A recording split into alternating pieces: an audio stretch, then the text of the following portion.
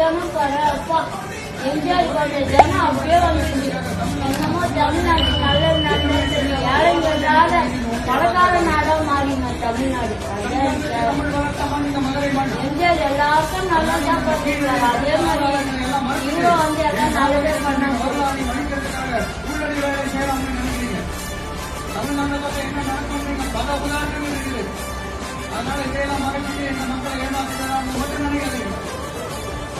அப்போ 26ல ஜெயிச்சிருவாரு போல இருக்குல்ல.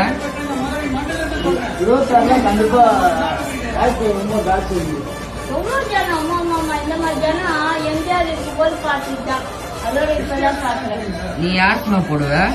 விஜயகாந்த் வச்சாரு சென்னையில இதுல அதோட வந்து ஒரு 10 மடங்கு ஜாஸ்தி ஆகும். நம்ம ஓட்டு யாருக்குமா போட போறீங்க? சின்ன வயசுல எங்க அம்மா தூக்கிட்டு போச்சு.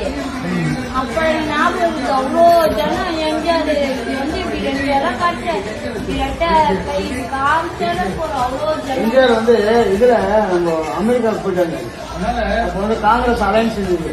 அந்த காங்கிரஸ் அலையன்ஸ் இருக்க சொல்ல எம்ஜிஆரால பேச முடியாது. அப்போ ராஜீவ்காந்தி வந்திருந்தாரு.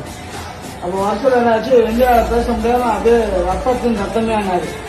அந்த கூட்டம் வந்து அதே இப்ப நான் பாக்குறேன் என் வயசுல பெரிய கூட்டம். நம்ம ஓட்டு யாருக்குமா? அதெல்லாம் அப்பதான் டிசைட் பண்ணாங்க. இன்னும் சொல்ல மாட்டேன். அது அப்பமா டிசைட் பண்ண அது அவங்க தனிப்பட்ட முறை. அது வெளியே சொல்லக்கூடாது.